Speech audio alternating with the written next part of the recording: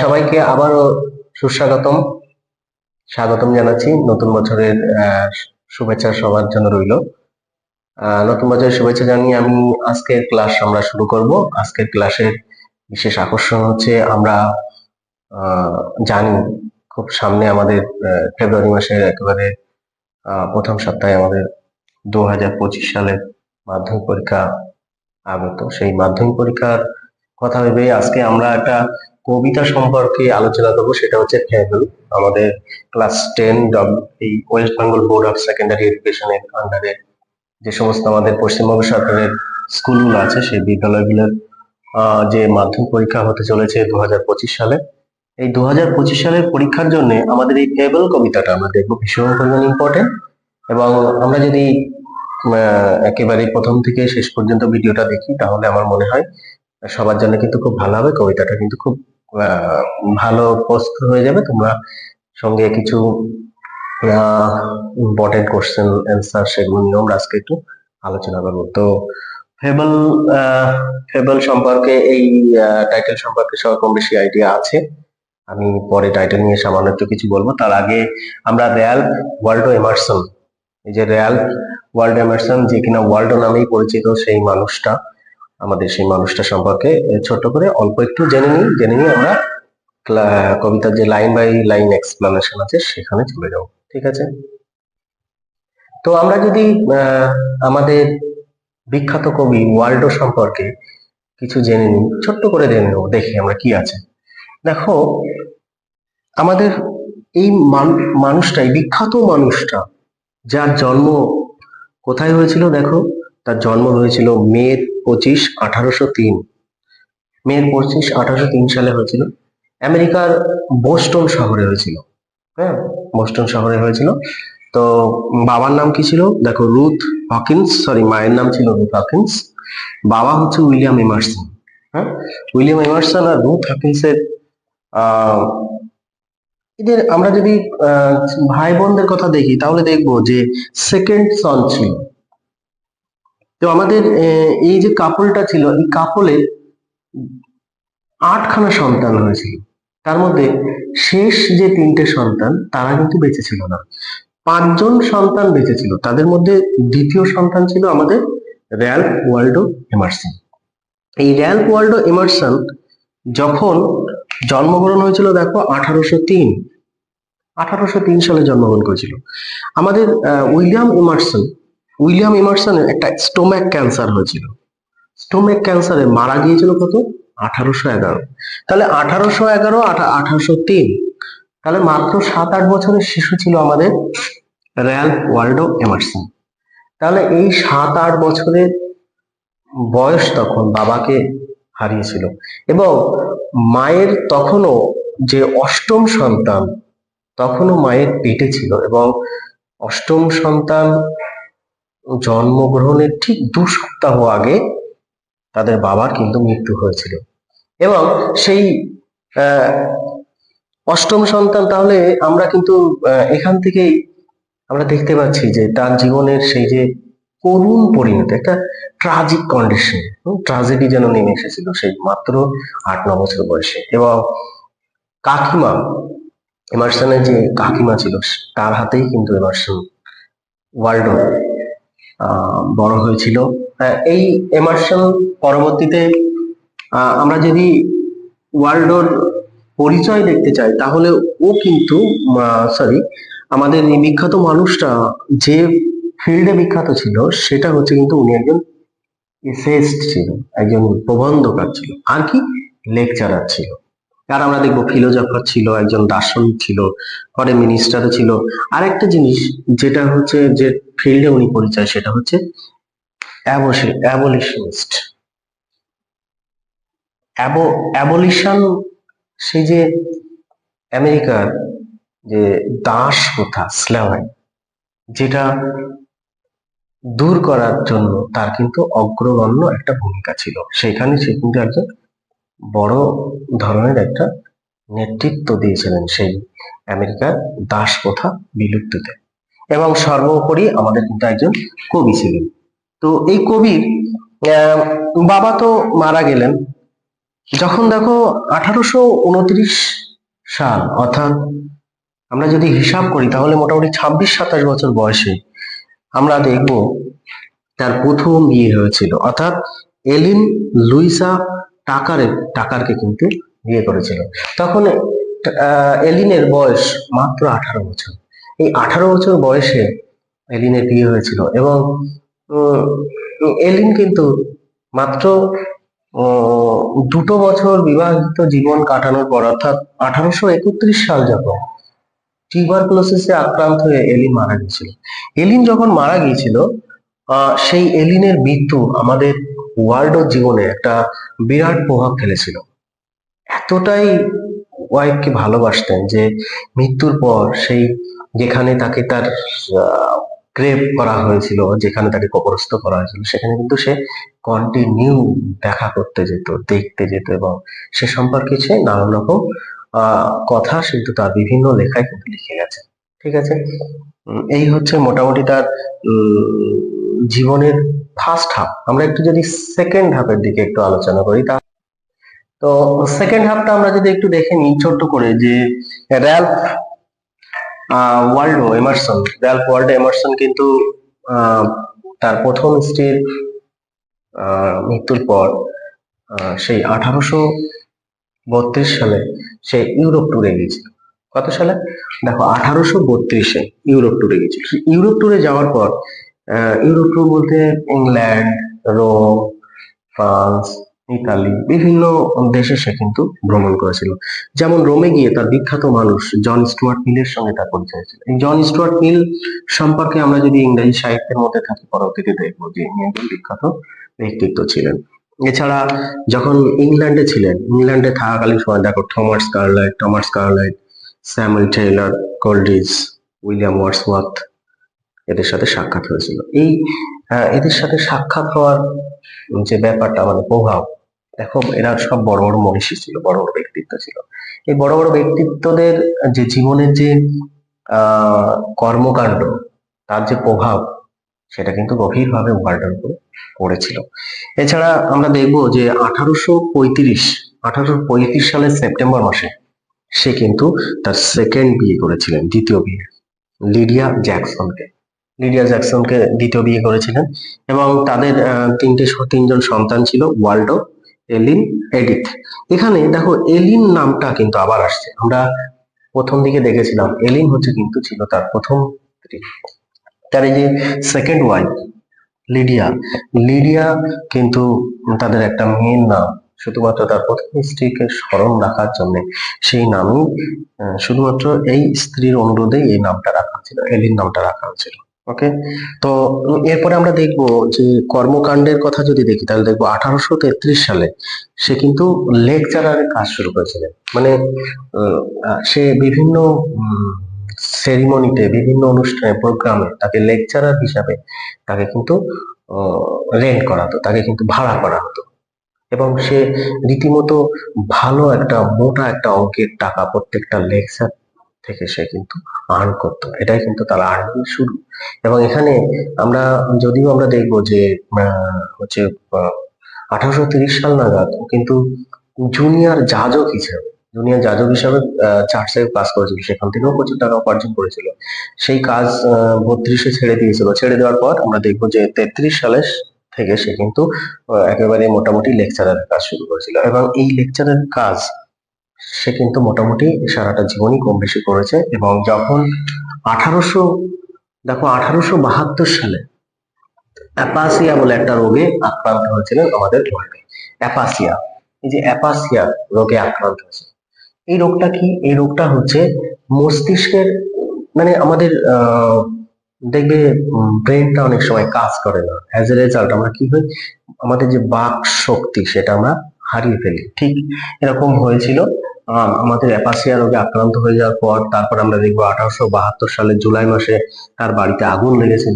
হ্যাঁ, আগুন লেগে সব পুড়ে ধ্বংস হয়ে গেছে। এই আগুন লাগার পরই আর তার এই অ্যাপাসিয়া হওয়ার পরই সে কিন্তু লেকচারারের কাজ ছেড়ে দিয়েছিল। এরপরে যাই হোক, তার বিভিন্ন বন্ধু বান্ধব সবাই মিলে ডোনেশন কালেকশন করে কিন্তু সেই শেষমেশ তার বাড়ি আবার রিপেয়ার করা হয়েছিল। তো যাই হোক, 1882 সালে অর্থাৎ 72 সাল থেকে আমরা যদি এটা হিসাব করি, দীর্ঘ 10 বছর পর 21শে এপ্রিল যেদিন, সেই 21শে এপ্রিল 1872 সালে সে নিউমোনিয়াতে আক্রান্ত হয়েছিল। এই নিউমোনিয়াতে যখন আক্রান্ত হয়েছিল, নিউমোনিয়াতে আক্রান্ত হওয়ার পর মাত্র 1 সপ্তাহ আর বেঁচে ছিল, 1 সপ্তাহ পর কিন্তু সে সেই নিউমোনিয়া রোগে আক্রান্ত হয়ে কিন্তু মারা গেছে। বেশ, এই হচ্ছে আমাদের কবির জীবন কাহিনী বৃত্তান্ত। আমরা এবারে সরাসরি কবিতায় চলে যাব, একটু লাইন বাই লাইন এক্সপ্লেনেশনটা একটু দেখি। এবার আমরা যদি একটু দেখে নিই যে আমাদের কবিতার নাম হচ্ছে ফেবল। হ্যাঁ, আমরা সবাই জানি ফেবলের একটা ডেফিনিশন আছে। কি ডেফিনিশন? ফেবল হচ্ছে a short story. Fable means a short story that teaches a lesson, especially moral lesson. তাহলে it is a short story and there is a moral lesson, and that often has animals as main characters. আর প্রায়শ যে জিনিসটা দেখা যায় যে এখানে কিন্তু যে প্রধান চরিত্রগুলো থাকে সেগুলো কিন্তু অ্যানিমালসরাই থাকে। তো আমরা in our poem here we will find, আমরা দেখব যে world describes his poem beautifully in a conversational way. একটা যেন মনে হচ্ছে যেন কবিতার মধ্যে একটা কনভারসেশন হচ্ছে। কাদের মধ্যে? দুজনের মধ্যে। দেয়ার আর টু ক্যারেক্টার্স, সে অ্যানিমাল ক্যারেক্টার্স আমরা দেখবো। একটা হচ্ছে, সরি আমি ভুল বললাম, একটু অ্যানিমাল ক্যারেক্টার, একটা অ্যানিমাল ক্যারেক্টার্স আর একটা নন লিভিং অবজেক্ট। একটা বিশাল বড় পাহাড়ের সাথে একটা স্কুইরেল, একটা ছোট্ট একটা প্রাণী স্কুইরেলের কনভারসেশন হচ্ছে, কথোপকথন হচ্ছে। তাহলে এই যে অফেন কথাটা লেখা আছে, অফেন অ্যানিমালস থাকে। হ্যাঁ, তাহলে এই হচ্ছে ফেবলের মোটামুটি ডেফিনেশন। এবং আমাদের কবিতায় ফেবল যে থিম এখানে ইউজ করা হয়েছে, সেখানেও আমরা কিন্তু এই যে লেসন শব্দটা দেখব। এই লেসন, একটা moral lesson in our poem আমরা দেখবো। আমরা লাইন বাই লাইন একটু দেখে নিই, তাহলেই আমাদের থিমটা মোটামুটি ক্লিয়ার হবে। বেশ, কবিতাটা আমরা দেখি কিভাবে শুরু হচ্ছে। দেখো, কবিতাটা শুরু হয়েছে, the mountain and the squirrel had a quarrel and the farmer called the little pig. হ্যাঁ, এই তিনটে লাইন থেকে আমরা পরিষ্কার বুঝতে পারছি the poem starts with a fight. The poem starts with a fight between the mountain and the squirrel. দুটো দুটো মানে মাউন্টেন আর স্কোরেল, এই দুজনের মধ্যে একটা কোয়ারেল দিয়ে কিন্তু আমাদের এই কবিতাটা শুরু হচ্ছে, যেখানে দ্য ফার্মার হচ্ছে আগের জন, দ্য মাউন্টেন, লিটিল কে কি বলছে, দ্য স্কুইরেল কে কি বলছে, লেটার মানে দ্য স্কুইরেল, লেটার কি বলছে, লিটল পিগ। প্রথমে হচ্ছে লিটিল শব্দটা, দ্য ভেরি ওয়ার্ড লিটিল, এটা দিয়ে স্কুইরেলকে, কাঠ বিড়ালিকে যেন তুচ্ছ তাচ্ছিল্য করা হচ্ছে। আর প্রিগ শব্দটা, প্রিগ কাদের বলে? হু আর কল্ড প্রিগ, যারা একটু অ্যারোগন্যান্ট, প্রাউড, যারা মনে করে যে আমি তোমার থেকে বেশি বেটার, এরকম the person who thinks themselves, the persons who think themselves better than others, তাদেরকে প্রিগ বলে। তো আমাদের স্কুইরেলকে মাউন্টেন প্রিগ বলে অনেকটা খাটো করার চেষ্টা করে, ছোট করার চেষ্টা করে, বলছে তুমি তো সব জানতা, তুমি আমার থেকেও বেশি বোঝো, জানো, তোমার অনেক জ্ঞান, তুমি অনেক বেশি বেটার। আবার দেখো, তার আগে জাস্ট লিটিল কথাটা বলে তাকে কিন্তু এখানে কিন্তু লিটিল পিগ বলে আমাদের ফার্মার অর্থাৎ মাউন্টেন স্কুইরেলকে কি করছে, তুচ্ছ তাচ্ছিল্য করছে। ওকে, এবারে দেখি কি আছে আমাদের আমেরিকান কবি ওয়াল্ডো। ওয়ার্ল্ডও কিন্তু ভীষণ পরিমাণে ঈশ্বরে বিশ্বাসী ছিলেন এবং তিনি আমাদের ভারতবর্ষের যে বেদ বেদান্ত বা ভাগবত গীতা এগুলো কিন্তু সম্পর্কে তার বেশ যথেষ্ট এক্সপেরিয়েন্স ছিল। তিনি ভাগবত গীতা পড়েছেন, বেদান্ত সম্পর্কে জেনেছেন, ঠিক আছে, এবং তিনি ভীষণভাবে ঈশ্বর বিশ্বাসী একটা মানুষ ছিলেন এবং এটা সব বিশ্বাস ছিল, it is his deep believe that ঈশ্বর এই পৃথিবীর প্রত্যেকটা জিনিসের মধ্যে বিরাজ করছে, অর্থাৎ তার ক্রিয়েশন, গডস, ঈশ্বরের যে ক্রিয়েশন, একটা ছোট্ট ক্ষুদ্র জিনিস, ধরো ধরো একটা ছোট পাখি, একেবারে ছোট্ট পাখি, তার মধ্যেও কিছু পাওয়ার আছে, তার মধ্যে কিছু ইউনিক জিনিস আছে যেটার জন্য সে পৃথিবীতে খ্যাতনামা, তার যে বিখ্যাত, তার খ্যাতি এটা জন্য আছে। আবার বিশাল একটা বড় এনর্মাস সাইজের একটা পাহাড়, তারও গুরুত্ব আছে, তারও পৃথিবীতে তার নিজের এক্সিস্টেন্সের জন্য, তার নিজের পারপাসের জন্য, তার নিজের আলাদা একটা জায়গা রয়েছে। অর্থাৎ ওয়ার্ল্ড যে জিনিসে বিশ্বাস করতেন সেটা হচ্ছে, আমাদের কবি যে জিনিসটা বলতে চাইতেন যে সবকিছুই, সবকিছুর এক্সিস্টেন্সের জন্য, সবকিছুর এই যে প্রত্যেকটা জিনিস যে এক্সিস্ট করছে পৃথিবীতে, হ্যাঁ, প্রত্যেকটা জিনিস যে এক্সিস্ট করছে তার মধ্যে নিজস্ব কিছু পাওয়ার, নিজস্ব কিছু ক্ষমতা, নিজস্ব কিছু শক্তি তার মধ্যে কিন্তু রয়েছে, ঠিক আছে। দেখি আমরা এই লাইনগুলোতে কি বলছে। বান রিপ্লাই, বানকে যখন লিটিল প্রিগ বলা হলো, আমাদের প্রিভিয়াস লাইনে আমরা দেখলাম লিটিল প্রিগ বলে তাকে কিন্তু তুচ্ছ তাচ্ছিল্য করা হচ্ছে। মাউন্টেন যখন বলছে তখন দেখো বান অ্যাকনলেজ করছে, কি বলছে বান, একটা জিনিস স্বীকার করছে, পাহাড়কে বলছে, মাউন্টেনকে বলছে, you are doubtless, you are doubtless very big, বলছে হ্যাঁ তোমার তো এনর্মাস সাইজ, তুমি বিশাল বড়, বিশাল বড় তুমি, নো ডাউট, এটা doubtless, but all sorts of things and weather must be taken in together to make up A yard and a Spain. কিন্তু বলছে একটা বছর হতে গেলে, একটা বছর, একটা বছরে আমরা জানি কতদিন, 365 দিন, তাই তো, 365 দিন। এই একটা বছর হতে গেলে কি হয় বলছে, all sorts of things and weather, একসাথে বলছে একটা বছর, ধরো একটা বছরের মধ্যে আমরা জানি কটা মাস, অনেকগুলো মাস থাকে, তাই না, গ্রীষ্ম, বর্ষা, শরৎ, হেমন্ত, এরকম অনেকগুলো মাস আছে। বলছে প্রত্যেকটা মাস একত্রিত হয়ে সমস্ত রকম ওয়েদার, ঠান্ডা, গরম, বর্ষা, তারপরে ড্রাইনেস, মানে এই শুষ্কতা, সবকিছু মিলে মিশে একটা বছর তৈরি হয়। আর এরকম বছরের পর বছর এক জায়গায় হয়ে, প্রত্যেকটা দেশের সব বছরগুলো এক জায়গায় হয়ে একটা বিশাল স্পেয়ার ক্রিয়েট করে। অর্থাৎ মানে ছোট ছোট জিনিসগুলোর গুরুত্ব রয়েছে একটা বছর ক্রিয়েট করতে বা একটা স্পেয়ার ক্রিয়েট করতে। তুমি কোনো একটা জিনিসকে বাদ দিয়ে করতে পারবে না।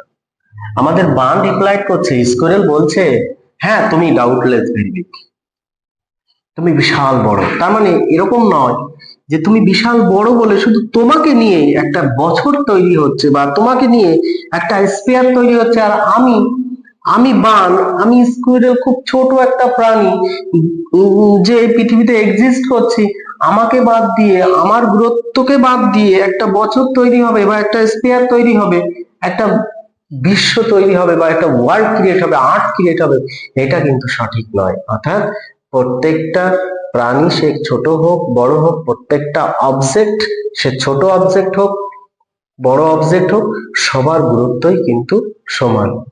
সবাই এক্সিস্ট করছে তার নিজের নিজের পাওয়ার, অ্যাবিলিটি, ক্ষমতা নিয়ে কিন্তু পৃথিবীতে এক্সিস্ট করছে। কাউকে তুমি এইভাবে লিটিল প্রিগ বলে হীন করতে পারো না। এই লাইনগুলোতেও আমরা দেখবো যে আমাদের স্কুইরেল, সেই লিটিল প্রিগ কন্টিনিউ করছে তার ডিবেট। সেই তাকে লিটল স্কুইরেল বলার, লিটল ফ্রিক বলার পরে দেখবো আমরা কন্টিনিউ করে যাচ্ছে তার বিভিন্ন, এবং সে লজিক স্ট্যাবলিশ করার চেষ্টা করছে যে তার সাইজ ছোট হতে পারে কিন্তু তারও একটা আলাদা গুরুত্ব আছে। কি বলছে? and I think it no disgrace to occupy my place if I am not so large as you are not so small as I, and not half so spry. The squirrel is proud of its size, though it is not so big as the mountain. এটা হ্যাঁ, এটা মাউন্টেনের মতো কিন্তু অত বড় নয়, তাই না? পাহাড় কত বড়, সেখানে স্কুইরেল একটা ছোট্ট প্রাণী, ছোট্ট একটা সাইজ। হ্যাঁ, তা বলছে হেয়ার উইল ফাইন্ড, এখানে আমরা আবার দেখতে পাবো যে the squirrel acknowledges the enormous size of the mountain again, for the second time. হ্যাঁ, আবার সে লার্জ কথাটা ইউজ করছে। হ্যাঁ, তুমি সত্যি সত্যি তুমি মানে আমি তোমার মতো অত বড় নই, সত্যি তুমি একটা বিশাল বড়, তুমি তার মানে এই না যে আমি কিন্তু ছোট্ট প্রাণী হতে পারি, তা বলে আমার কিন্তু কোন রকম দুঃখ নেই। হ্যাঁ, এই ব্যাপারটা নিয়ে আমার কোনো দুঃখ নেই। এবং এরপরে আমরা দেখবো সাইজের কথা বলার পরেই ক্যাপাবিলিটি নিয়ে, সক্ষমতা নিয়ে সে কিন্তু রীতিমতন কম্পেয়ার করছে নিজেকে সেই বিশাল বড় পাহাড়ের সাথে, বিশাল বড় পাহাড়ের সাথে তার সক্ষমতা নিয়ে কম্পেয়ার করছে। বলছে হ্যাঁ, তুমি সত্যি সত্যি বিশাল বড়, আমার মতো এত ছোট নও। কিন্তু তুমি একটা জিনিস দেখো, আমার মধ্যে যে স্প্রাই আছে, আমার মধ্যে যে রেস্টলেসনেস আছে, আমি যে চঞ্চল, একটা জায়গা থেকে আর একটা জায়গায় মুভ করতে পারি, আমি হাঁটতে পারি, ছুটতে পারি, দৌড়াতে পারি, তুমি কিন্তু এটা পারো না। আমার অর্ধেক অংশ, আমার মানে আমার ন্যূনতম অল্প সামান্য একটু স্প্রাইনেস কিন্তু তোমার মধ্যে নেই। ইউ আর নট, মানে তোমার মানে তুমি কিন্তু তুমি স্থির, তুমি এক জায়গায় স্থির হয়ে আছো, তোমার নড়ার ক্ষমতা নেই, আমি নড়তে পারি, তুমি এটা পারো না। তাহলে আমরা দেখব লাস্ট এই কয়েকটা লাইনের মধ্যে দিয়েও দেখবো যে সেই ওয়ান সাইডেড ডিবেট কন্টিনিউস। হ্যাঁ, দ্য স্কুইরেল কি বলছে? I will not deny you make a very pretty squirrel track. আবার অ্যাকনলেজ করছে, কাকে অ্যাকনলেজ করছে? আবার কিন্তু সে স্বীকার করে নিচ্ছে দ্য মাউন্টেন্স ক্যাপাবিলিটি। বলছে মাউন্টেন কি করতে পারে? প্রিটি, খুব সুন্দর ট্রাক ক্রিয়েট করতে পারে। তার জন্য? স্কুইরেলের জন্য। হ্যাঁ, স্কুইরেল বলছে আমি যে আমার যে চলাচলের পথ, সেটা তুমি খুব দারুণ করে তৈরি করেছো, ক্রিয়েট করেছো। Talents differ, all is well and wisely put. কিন্তু স্কুইরেল আবারও বলছে যে ট্যালেন্টস কিন্তু ডিফার, আর অল ইজ ফাইন আর ওয়াইজলি পুট। আমাদের যে ক্রিয়েটর, আমাদের যে world's creator, the Almighty God has created, has arranged wisely and well all the things in this world. এই পৃথিবীতে সবকিছু যেন কি সুন্দর করে সে সুন্দর করে সাজিয়েছে, সুন্দর করে তৈরি করেছে। হ্যাঁ, শুধু ট্যালেন্টসটা ডিফার, এক একজনের ট্যালেন্টস এক এক রকমের। এবং আবার লাস্ট দুটো লাইনের মধ্য দিয়ে আবার দুজনের ক্যাপাবিলিটি কম্পেয়ার করেছে। তুমি এটা পারো, আমি এটা পারি না, এটাই তো পার্থক্য। আর কি বলছে? I can't carry forest on my back. না, ওই বিশাল জঙ্গল আমার কাঁধের উপরে, আমার বুকের উপরে নিয়ে চলার ক্ষমতা আমার নেই, যেটা তুমি পারো। আবারও তার সেই অ্যাকনলেজ করছে তার সেই capability. Neither can you crack a nut. আবার বলছে আমি স্মল, তুমি বিগ, তুমি এনরমাস, তুমি আমার ট্রাক তৈরি করো, তুমি ফরেস্ট ক্যারি করো, একটা গোটা ফরেস্টকে ক্যারি করো, ফরেস্টের মধ্য দিয়ে যে ট্রাক সেটা ক্রিয়েট করো, কিন্তু একটা ছোট্ট বাদাম, ছোট্ট একটা নাট তুমি কিন্তু ব্রেক করতে পারবে, যেটা আমি পারবো। ওকে, ঠিক আছে, আমরা কবিতাটা মোটামুটি জানলাম। আমরা কবিতার একটা দুটো কোশ্চেন নিয়ে একটু আলোচনা করে আমরা আজকে আমাদের ক্লাস এখানে শেষ করব। আমরা এই কবিতার প্রশ্ন উত্তর নিয়ে যদি আলোচনা করি তাহলে দেখবো যে যদি এমসিকিউ আসে তাহলে তোমরা সবাই পারবে। দেখবে যা এক্সপ্লেনেশন করলাম এটা যদি ঠিকঠাক করে কেউ দেখে নাও, শুনে নাও, পড়ে নাও, তাহলে কিন্তু এই কবিতার এমসিকিউতে প্রবলেম হবে না। কয়েকটা জায়গায় দুটো তিনটে কোশ্চেন নিয়ে একটু আলোচনা করবো, জাস্ট যে প্রশ্নগুলো আমাদের সবই খুবই ইম্পর্টেন্ট কোশ্চেন আগামী পরীক্ষাগুলোর জন্য। দেখো, প্রথম প্রশ্ন হচ্ছে, why is it not disgraceful to occupy one's place? এটা ডিসগ্রেসফুল নয় কেন? আমরা ছোট হই, নগণ্য হই, তুচ্ছ হই, যাই হই না কেন, যদি আমাদের কেউ মনে করে না এটা তারা ভুল বলছে, কেউই ছোট নই আমরা, সবার একটা করে প্লেস আছে, একটা করে ইম্পর্টেন্স আছে পৃথিবীতে। কি বলছে দেখো, it is not disgraceful to occupy one's place because everyone has his own quality and importance in this beautiful world. এই যে সুন্দর পৃথিবীতে সবার কিন্তু একটা আলাদা আলাদা কোয়ালিটি আছে, আলাদা আলাদা গুরুত্ব আছে। তাই বলছে সেই কারণে আমরা কেউই কিন্তু ডিসগ্রেসফুল নই। হ্যাঁ, আমরা সবাই প্রাউড, আমাদের সবার প্রাউড হওয়া উচিত। মাউন্টেন সেই বিশাল বড়, তাই তার শুধু প্রাইড থাকবে আর আমাদের থাকবে না? No, it is not true. Second question, what is the message of the poem? Message ওই একটাই, এটাই দেখো মেসেজ এটা, এই যে everyone has his own quality and importance in this beautiful world, এটাই কিন্তু এই কবিতার মেসেজ। হ্যাঁ, সবাই আমরা কেউ ডিসগ্রেসফুল নই, আমরা সবাই কিন্তু গ্রেট। আমরা আমাদের প্রত্যেকটা মানুষ, প্রত্যেকটা প্রাণী, প্রত্যেকটা বস্তু তার নিজের নিজের মানে তার নিজস্ব কিছু কোয়ালিটি, নিজস্ব কিছু ইম্পর্টেন্স দিয়ে সে কিন্তু গ্রেট। এটাই হচ্ছে মেসেজ। আর থার্ড কোশ্চেন আমরা আলোচনা করবো, what according to squirrel are the limitation of the mountain? মাউন্টেনের সঙ্গে আমাদের যে স্কুইরেল আছে, যে বান আছে, তাদের দুজনের মধ্যে যে পার্থক্যটা কি, এ কি পারে আর ও কি পারে না। দেখো আমরা এখানে, according to squirrel the mountain is not half as spry as the squirrel. স্কুইরেলের মতন অর্ধেক অংশ চঞ্চল নেই, কোনো চঞ্চলতা নেই, শুধু জড় পদার্থ, বিশাল এক পদার্থ স্থির হয়ে আছে এক জায়গায়। and he can't crack a nut. আর একটা কথা, দুটো এক্সাম্পল এখানে তোলা হয়েছে, একটা হচ্ছে সে স্প্রাই নয়, আর একটা কি, ক্রাক করতে পারে না, একটা নাট ভাঙতে পারে না, যেটা কিনা স্কুইরেল খুব সহজে ভাঙতে পারে, যেটা কিন্তু মাউন্টেন পারে না। এই যে দুটো হচ্ছে লিমিটেশন, ঠিক আছে। এছাড়া আমাদের এই কবিতা থেকে যে প্রশ্নগুলো পরীক্ষায় সাধারণত দেবে, সেগুলো আমি আশা রাখছি আমার স্টুডেন্ট সবাই কিন্তু পারবে। ঠিক আছে, আজকে এ পর্যন্ত এই আশা রেখে আমি বিদায় নিচ্ছি। আবার আমরা নেক্সট ভিডিওতে, নেক্সট ক্লাসে কিন্তু আমরা সবাই আবার দেখা হবে। তো সবাই কিন্তু কবিতাটা ভালো করে পড়বে, বুঝবে, একবার না হলে আরেকবার একটু দেখে নেবে, এবং অবশ্যই লাইক, কমেন্ট, শেয়ার করতে কিন্তু ভুলবে না।